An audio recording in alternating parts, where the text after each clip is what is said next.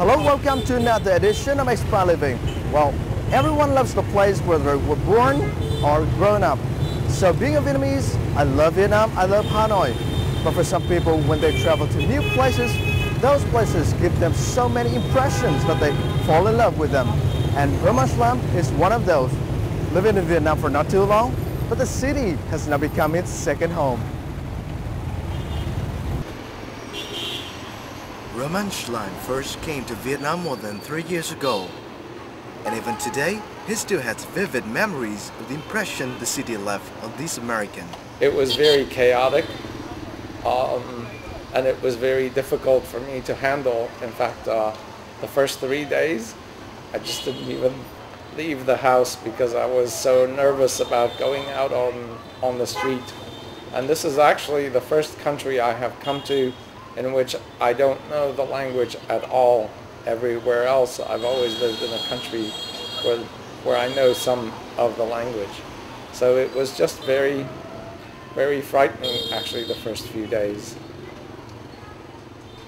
The first shock faded quickly, and after a while, Roman decided that he needed to make his first move. His journey to Vietnamese culture and history had begun.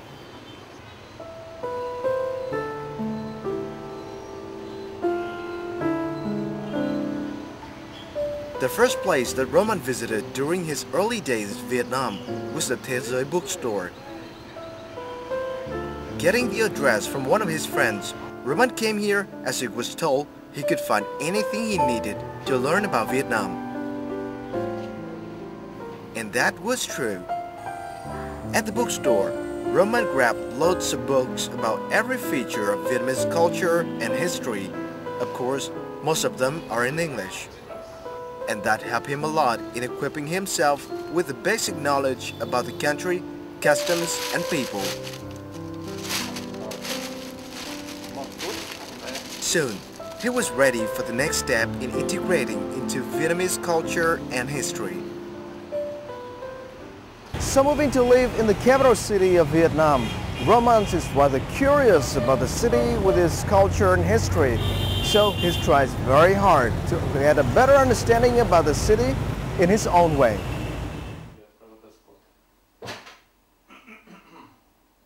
Learning about Vietnamese culture and history through English books wasn't enough for Roman, so he started a more difficult task, conquering the Vietnamese language. Despite being able to speak several languages, he didn't find Vietnamese easy. I started Vietnamese language lessons almost in the first week I was here, and then later also enrolled in a school. So I just think it's very, very important. And also the language often reflects parts of the culture. So if you really want to understand a bit about the culture, you'll also learn the language. I speak many languages, so it wasn't terribly difficult for me to start. It's just trying to remember all those words. I don't ever think that I will know Vietnamese fluently, but I should know how the people talk, and I should know something about the language. But now, Roman can speak and write some Vietnamese himself, but he has to admit that the language is among the most difficult he has encountered. This language is completely separate, so there is absolutely, I don't have any basis, any connection with which to start. So I have to start completely from nothing, and that makes everything very, very difficult. Chào, chào em. Tôi là Mike Brown. Thế còn em? Tên em là gì? Tôi năm nay 20 tuổi. Cái này là cái quạt máy. Đây là cái bát, phải không? Vâng, đây là cái bát. The bookshelves in Roman's apartment are full of books like this. Whenever he has free time, Roman reads these books as they help him get a better insight into the land he lives in. And gradually, what he found in these books has pushed his curiosity about culture and history to the limit.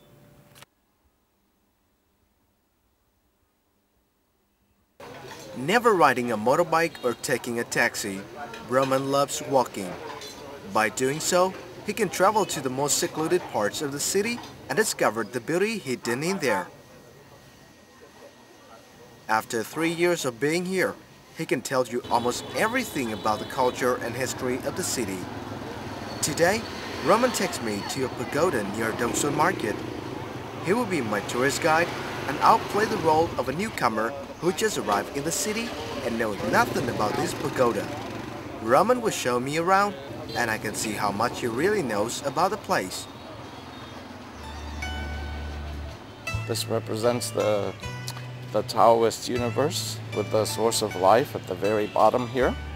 And then in the middle ground is where the people live, and this is why all the plants are here. And then at the very top is the heavenly portion where there should be a statue of a divine being, and this is why there are also no plants there. Now because this temple is also a pagoda, they have put the statue of the female Buddha in front here. So now we can go inside. Once we pass this feature which protects the entire complex from evil spirits, we can go inside the temple and see the temple portion which is dedicated to the Genie of the North, the protector of Vietnam. We'll walk through these beautiful doors here into this very special place. Of course, we have to take our shoes off. We just come to the left, and we'll take a look at this beautiful statue of the Genie Protector of the North. So, the Genie Protector of the North, named Chen Wu, is actually a Chinese symbol of the protection of the North. He is the black genie because the North is represented by the color black. You'll see that the genie has a sword around which there's a snake wrapped. Snake. A snake. What is it? And then the sword is actually inside a tortoise because when the genie was killed, he was disemboweled. And his liver, which is part of the bad part of the Tao, was left on earth, and so were his intestines, and they became bad things on the earth. So the Jade Emperor sent Chen Wu back down to earth to conquer his evil intestines and the evil turtle. So he is seen here having conquered his liver and his intestines, which had turned into the evil snake, and he is now pointing back to his protector, the Jade Emperor.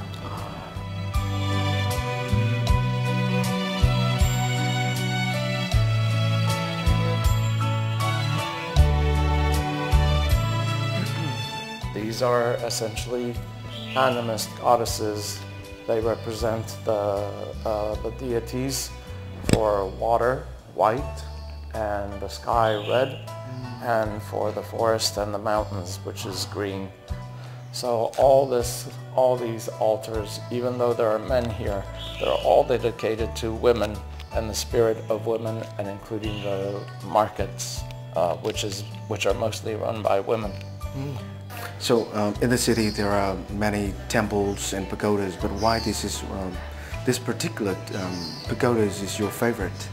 Well, this is one of my favorite places because it's so atmospheric and ethereal. It combines a lot of different spirits worship in one. And the other thing that I really like about it is that it is right in the middle of Dongsun Market, and yet it is so peaceful and quiet.